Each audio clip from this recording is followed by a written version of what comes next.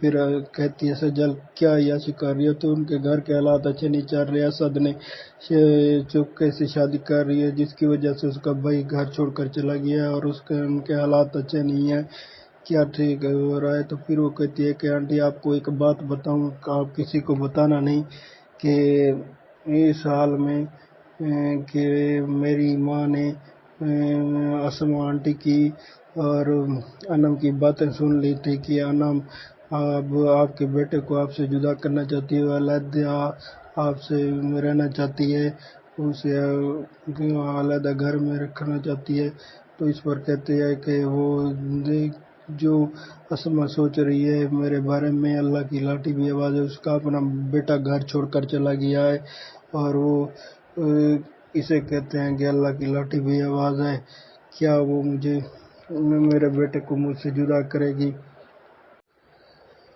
انم پریشان ہوتی ہے تو اس کی ماں اسما اس سے کہتی ہے کہ تم کیوں پریشان ہو؟ کہتے ہیں کہ زینب اور میری شادی ایک ساتھ ہوئی ہے تو اسے تو اب ایکسیپٹ ہو اسے بچہ ہو رہا ہے، تو وہ کہتی ہے کہ آپ پریشان نہ ہو، انم خدا بہتر کرے گا، آپ کو بھی اولاد دے گا۔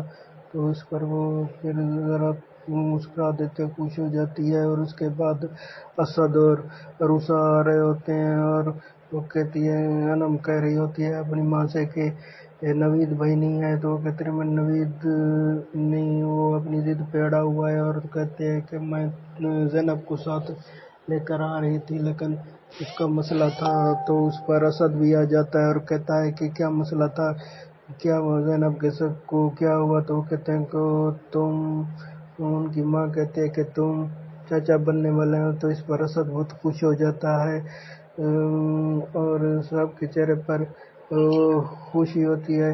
اور اس کے بعد عروسہ کی پھپھو آ جاتی ہے، ان دونوں ماں بہن کے کہنے پر کہتے ہیں کہ وہ کہتی ہے کہ تم کیسی ہو؟ کہ عروسہ کہتی ہے میں ٹھیک ہوں، تو پھر کہتے ہیں کہ مجھے تو ٹھیک دکھائی نہیں دے رہی ہو، اور بڑا چڑھا کر باتیں کرتی ہے۔ تو اس پر عروسہ ایک کر اٹھ کھڑی ہوتی ہے اور کہتی ہے کہ بس یہ میرے خاندان کا معاملہ ہے، تم ایسی باتیں مت کرو۔ نشین بھی ہنس رہی ہوتی ہے اور پھر یہ دونوں شرمندہ ہو کر یہاں سے چلی جاتی ہیں، اور اس کے بعد وکیل کو دکھایا جاتا ہے۔ وکیل سجل سے کہہ رہا تھا کہ تم اپنے شیئر بیچنا چاہتی ہو، تو وہ کہتی ہے کہ میں سوچوں گی کہ شیئر تمہیں نوید صاحب تمہارے شیئر خریدنا چاہتے ہیں، تو وہ کہتی ہے میں اگر نہ خریدوں تو وہ کہتے کہ تم کہ یہ کمپنی کے شیئر ہیں جو صرف اور صرف تمہیں خریدنے پڑیں گے، صرف اور صرف نوید خرید سکتا ہے یہ کمپنی کے، اور اچھا وہ کہتے کہ میں آپ کو بتاتی ہوں۔ تو پھر اس کے بعد اسد کو دکھایا جاتا ہے جو عروسہ کو کہہ رہے تھے کہ آپ اس وقت کیا کر رہی ہوں؟ کہتے ہیں کہ میں بس ایسے کمرے میں بیٹھی ہوں، تو وہ کہتا ہے کہ آپ اپنی میری امی کے پاس چلے جائیں اور اس کے ساتھ گپ شپ۔ وہ کہتے ہیں کہ مجھے وقت سے لوگ ایکسیپٹ نہیں کرتے، آپ کی نہ مما نہ آپ کی بہن انم، تو وہ کہتے ہیں کہ آپ چلے جائیں، جب ان لوگوں کو آپ کا پتہ چل جائے گا تو وہ آپ کے ساتھ بہت اچھے برتاؤ کریں گے، آپ کے اچھی بیسٹ فرینڈ بن جائیں گے۔ تو وہ کہتے ہیں کہ یہ اتنا آسان نہیں ہے، تو میں ٹرائی کر کے دیکھتی ہوں۔ تو پھر کہتا ہاں عروسہ آپ اور مجھ کو دونوں مل کر یہ اسٹرگل کرنی ہوگی، جس طرح آپ کی وجہ سے میرا خاندان بکھر گیا ہے۔ وہ کہتی ہیں ہاں میری وجہ سے آپ کا خاندان بکھر گیا ہے، وہ کہتے ہیں میں ضرور ٹرائی کروں گی۔ تو وہ کہتا ہے کہ ان بکھرے ہوں کو ایک ہی لڑی میں پرونا ہوگا، تو کہتے ہیں ہاں ٹھیک ہے میں اپنی فل کوشش کروں گی انشاءاللہ، عروسہ کہتی ہے۔ تو اس کے بعد اسد کہتا ہے کہ اپنا خیال رکھنا۔ یہ تھی ایپیسوڈ 28 میرے ویور، آج شام کو دیکھیے 29۔ پلیز میرے چینل کو سبسکرائب کریں، لائک کریں، شیئر کریں، میں اس طرح کے ریویو آپ کے لیے لاتا رہوں گا۔ تھینکس مائی ویور۔